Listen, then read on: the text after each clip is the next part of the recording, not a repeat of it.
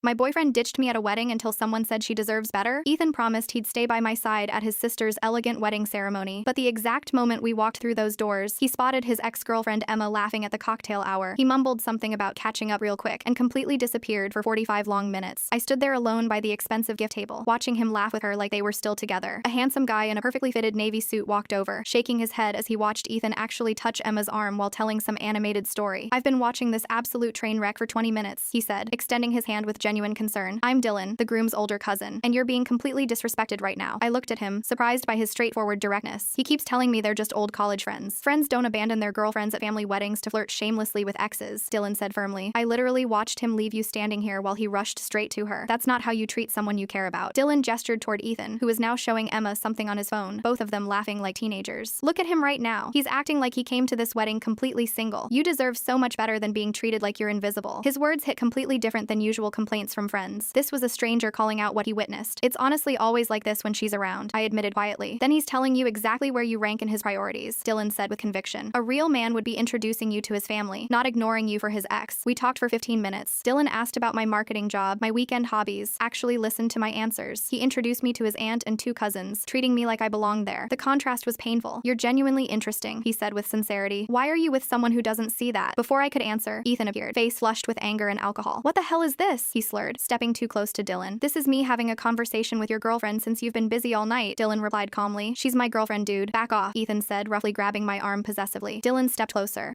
"Really? Because from where I've been standing, you've spent this entire wedding treating her like she doesn't exist while you reconnect with your ex. That's none of your business," Ethan snapped defensively. "Actually, it became my business when I watched her sitting alone for an hour while you prioritized someone else," Dylan said, his voice steady but firm. "Since you're clearly not treating her the way she deserves to be treated, I'm taking her with me." The whole reception seemed to pause. Ethan's mouth fell open. "You can't just take my girlfriend." "I'm not taking anyone," Dylan said, turning to me, "but I am offering you a choice. You can stay with someone who abandons you for his ex, or you can leave with someone who actually values your company." Ethan looked between us, finally realizing how bad this looked. "Babe, I was just being polite to Emma. You're being crazy." "Crazy?" Dylan laughed. "She's been sitting alone at your family's wedding while you flirted with your ex for 2 hours. The only crazy thing here is that she's put up with it this long." I looked at Ethan, then at Dylan, then back at Ethan, who was still holding Emma's drink. "You know what? You're absolutely right," I said to Dylan decisively. "Wait, what?" Ethan stammered in confusion. I grabbed my purse from the table. "You made your choice when you walked away from me the second we got here. Dylan, I'd love to get out of here." Dylan offered his arm like a gentleman. "My car's outside." As we walked toward the exit, Ethan followed desperately. "You can't leave. This is my sister's wedding." "Then maybe you should have acted like you brought a date instead of treating me like a coat you could check at the door," I called back. The last thing I heard was Emma asking Ethan what just happened. Outside, Dylan opened his car door for me. "You know," he said, "I came to this wedding alone, but I'm really glad I'm not leaving alone. Best wedding crasher ever," I said, finally smiling for the first time all night.